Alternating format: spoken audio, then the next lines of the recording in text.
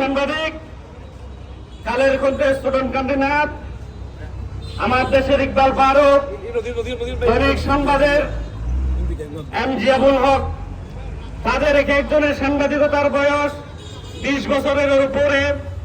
তাদের লেখনীর মাধ্যমে চকরিয়ার অনেক সমস্যার যেমন সমাধান হয়েছে, তেমনি অনেক সম্ভাবনারও জয় হয়েছে। তাদের সেই অনুসন্ধানী সাংবাদিকতার অংশ হিসাবে গত রোববার উত্তর হারবাং অবৈধ বালু মহলে গিয়ে যখন তারা 3 জন ছবি এবং ভিডিও করছিল, তখন ওই এলাকার সন্ত্রাসীদের গড়পাড়ার মদত পুষ্ট নাজেম উদ্দিন, যাকে বালু কেকু বালু দুষ্ট বলে এলাকার সবাই চিনে, তার নির্দেশে তার সাঙ্গপাঙ্গরা আমাদের প্রিয় 3 জন সহকর্মীর উপর বর্বরোচিত হামলা করেন।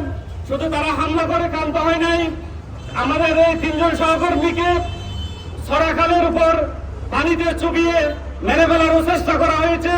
তাদেরকে সেখান থেকে স্থানীয় লোকজন উদ্ধার করে যখন হাসপাতালে নিয়ে যাচ্ছিল, তখন তাদেরকে আবার ছিনিয়ে নিয়ে একটি করে 3 ঘন্টা অবরুদ্ধ করে রাখে। সেখান থেকে রাত 8টায় তাদেরকে উদ্ধার করে হসপিটালে নিয়ে তাদেরকে চিকিৎসা দেওয়া হয়। আমাদের একজন সাংবাদিক জিয়াবুলের ডান হাত ভেঙে যায়, একজন সাংবাদিক স্টুডেন্ট কান্দিনাথের মাথা ফেটে যায়, আরেকজন সাংবাদিক ইকবাল ফারুকের হাতের তালু কেটে যায়। আমরা এরকম বর্বরোচিত হামলার তীব্র নিন্দা জানাচ্ছি।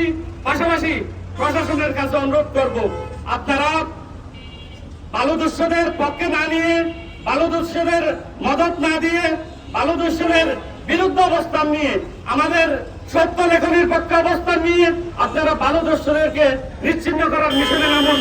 আমরা সাংবাদিকরা একযুগে আপনাদের সামনে আপনাদের পাশে থাকবো।